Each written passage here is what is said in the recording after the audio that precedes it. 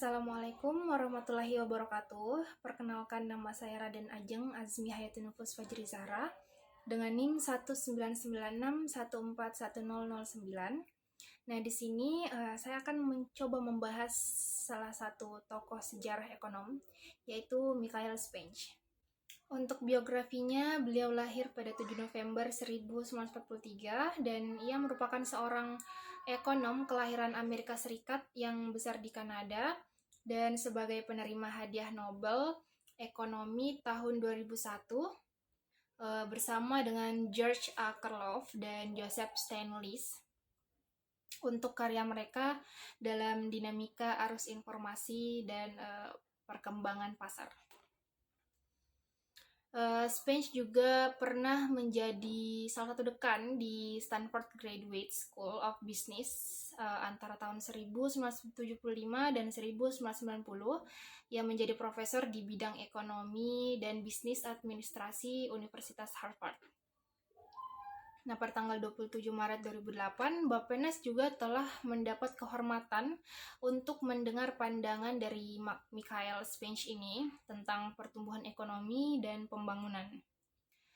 Masyarakat seluruh paparan provinsi ini mempunyai ruang lingkup yang sangat luas dan tidak mempunyai suatu kerangka pemikiran atau model teori yang utuh. Hal ini kelihatan juga dari tanggapannya yang diberikan atas beberapa pertanyaan yang diajukan dari peserta, yaitu bahwa ia tidak tahu atau belum tahu jawabannya. Nah, dalam lingkup komisi, tanggapan atas beberapa butir paparan profesor selain itu, beliau mengatakan bahwa Robert Solow merupakan salah satu anggota komisinya yang berasal dari kalangan akademisi, juga secara khusus mengutip pernyataan Robert Solow yang mengatakan bahwa pertumbuhan ekonomi secara berkelanjutan sangat sulit dicapai. Spence menggunakan PPC atau Production Possibility Curve ini untuk memudahkan pemahaman tentang manfaat yang akan diperoleh bagi pertumbuhan dan pembangunan suatu negara apabila membuka diri pada perekonomian global. Nah, pertumbuhan ekonomi yang berkelanjutan dapat dipengaruhi oleh perkembangan demografi yang menyangkut antara lain aspek struktur, umur penduduk. Pertumbuhan ekonomi selain harus sustain juga harus inklusif.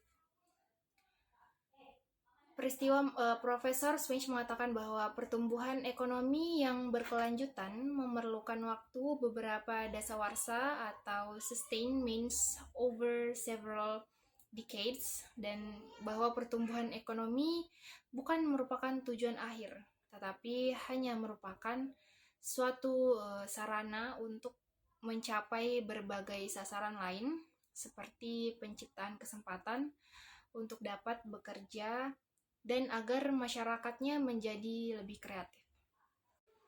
Nah, beberapa masukan bagi pertumbuhan dan pembangunan Indonesia dalam paparannya Profesor Mikhail Spence mengatakan bahwa at this stage of our understanding of economic development, no one knows with a sufficient degree of conviction the necessary and sufficient condition for growth. Dengan demikian, diakui oleh Profesor bahwa sampai saat ini hasil pemikirannya pun, hasil kerja komisi yang ia pimpin belum menemukan resep-resep yang mujarab bagi penyelesaian masalah-masalah pencapaian atau sustain high inclusive growth.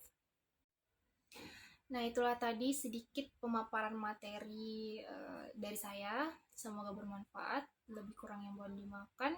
Wabillahi taufiq wal hidayah. Assalamualaikum warahmatullahi wabarakatuh.